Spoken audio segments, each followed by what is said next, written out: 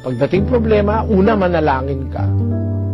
Tapos, ipagtiwala mo sa Diyos, bahala ka na po, Panginoon. Hindi ko po yata ito kayang isolve. Parang wala po akong maisip na pambayad sa aking mga utang. Turo mo sa akin ang gagawin ko. Bahala ka na po. Bigay mo sa Kanya yung anxieties. Sapagkat, ipinagmamalasakit niya kayo, ang sabi ng kasulatan. Nais ka sa iyong burden. Knowing that there is somebody powerful and big enough and greater than all your problems. Mas malaki ang Diyos kaysa sa lahat ng problema ng tao. He is greater than the greatest problem of humanity. Kaya niyang isolve yan. Personally, He will attend to your problem. Pare, hindi kayo maniwala, pero nasa Biblia po yun. Kayo'y ipinagmamalasakit niya. Sinasabi yan ng dakilang apostol na si Pedro. At kung ipinagmamalasakit tayo ng Diyos,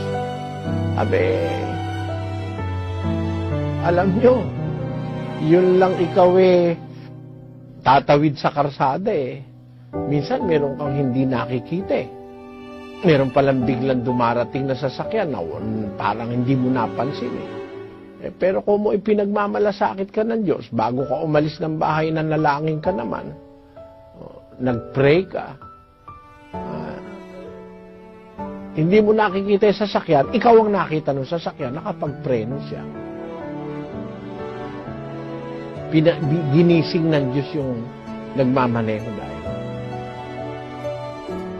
Pinagmamalasakit ka. Napabuti ka. Nagagawa ng Diyos yan sa lahat ng areas of life.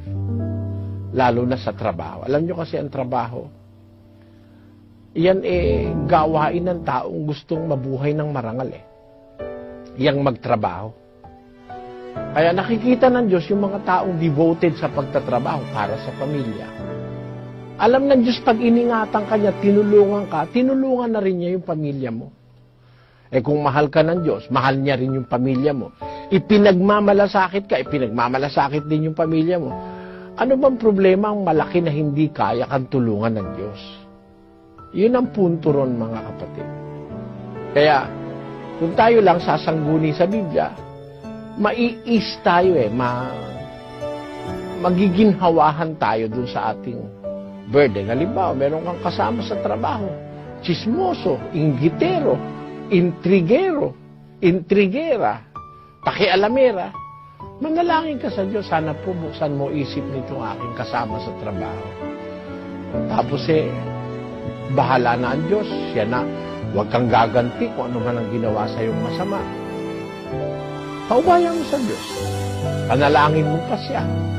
Sabi nga ng Panginoong Hesus ibigin nyo inyong kaaway, idalangin ninyo sa inyo'y nagsisiusig. 5:44 ng Mateo. Pag idinalangin mo sa Diyos yun, at liwanagan ng Diyos ang isip no, baka maging kaibigan mo pang matalik yun Marami na po akong karanasang ganyan. Yan po ay nasa Biblia.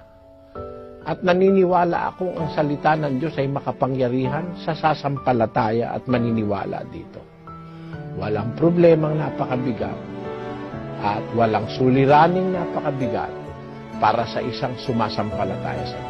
Remember the saying, faith can move mountains.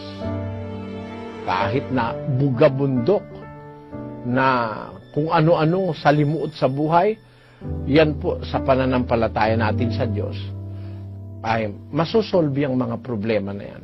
Lagi tayong umasang may Diyos at ang Diyos na yan ay mapagmalasakit. Nagmamalasakit sapagkat mahal niya tayo, siya ang lumikha sa atin.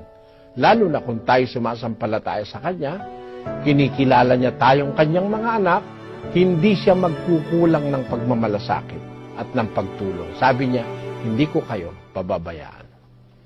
Nakasulat yan sa Hebreo Kapitulo 13, versikulo 5. Mangilag kayo sa pag-ibig sa salapi. Mangagkasya kayo sa inyong tinatangkilik. sapagkat siya rin ang nagsabi, sa anumang paraan, hindi kita papagkukulangin. Sa anumang paraan, hindi kita pababayaan. Yun ang assurance ng Diyos sa sumasampalataya sa Kanya.